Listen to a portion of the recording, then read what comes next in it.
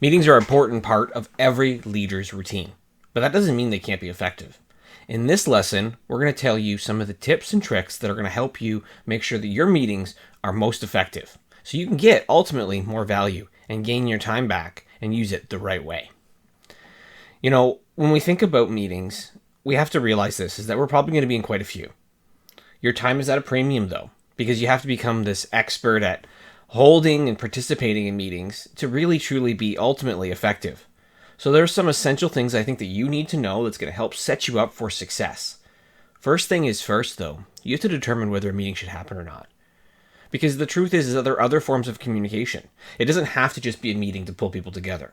Whether it's something like an instant messaging platform like Slack, or it's an email to convey a message, or what I usually do is I send out videos to my team, short snippet videos where I explain something that they need to kind of know versus being able to have a conversation around it, because sometimes we don't need to have to talk about some sort of issue that's going on or some sort of new initiative that's taking place.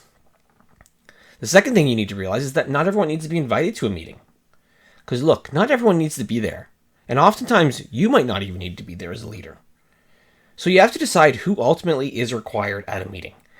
If you're thinking of attending a meeting, ask yourself, are you going to have an action item coming from this meeting?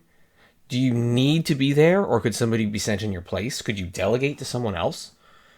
If you don't need to be there, then don't go. Don't be there. The other thing I think that's important for a lot of meetings is that sometimes there's what I call a pre-meeting, where you might have to discuss some sensitive information with somebody in advance. There's nothing worse than going to a meeting and blindsiding somebody. This is where I think it's critical and important that you have an agenda, which is the next point that I want to talk about here. So I'll merge them together, because you shouldn't go to a meeting if you don't know what's going to be talked about or discussed. If you don't have an agenda, in my opinion, there's no meeting. So when I get back to that sensitive conversation that you might need to have with somebody, have those talks in private beforehand, so then that person does not feel blindsided, because that could derail a meeting if there's a lot of emotion, negativity, or something very controversial that's talked about.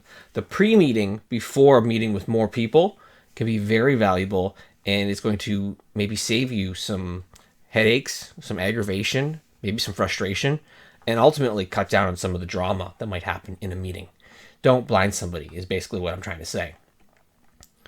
And as I go back to the agenda portion, if you are holding a meeting and you don't have an agenda, question whether you should have the meeting.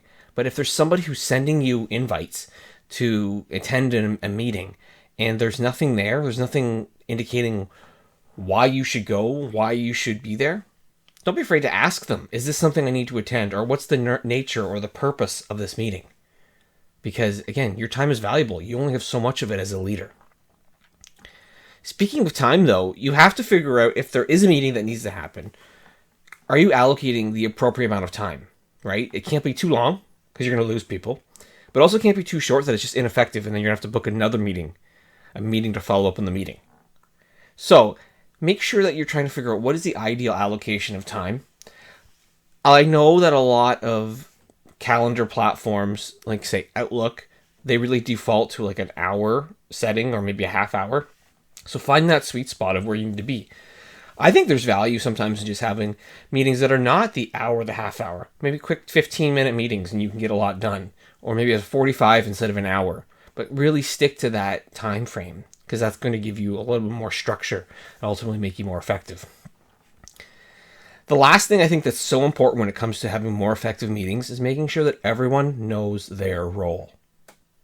I kind of think of it this way, is that on a plane, every person has a role. The pilot has a role to make sure that the plane is flying in the right direction.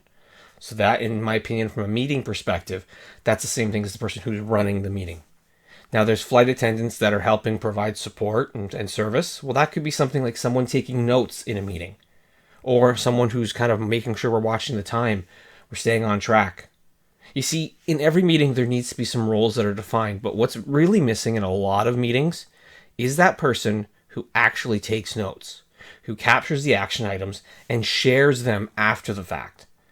Because so many meetings happen and then people are supposed to go and do work, but they actually don't do it as effectively as they could or should, or they need additional clarification, or they just forget about it because they didn't take the notes themselves.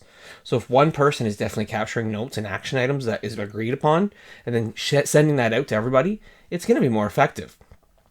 I know that if you follow the guidelines that I've just shared, you will have more effective meetings and ultimately have more time available for the things that matter.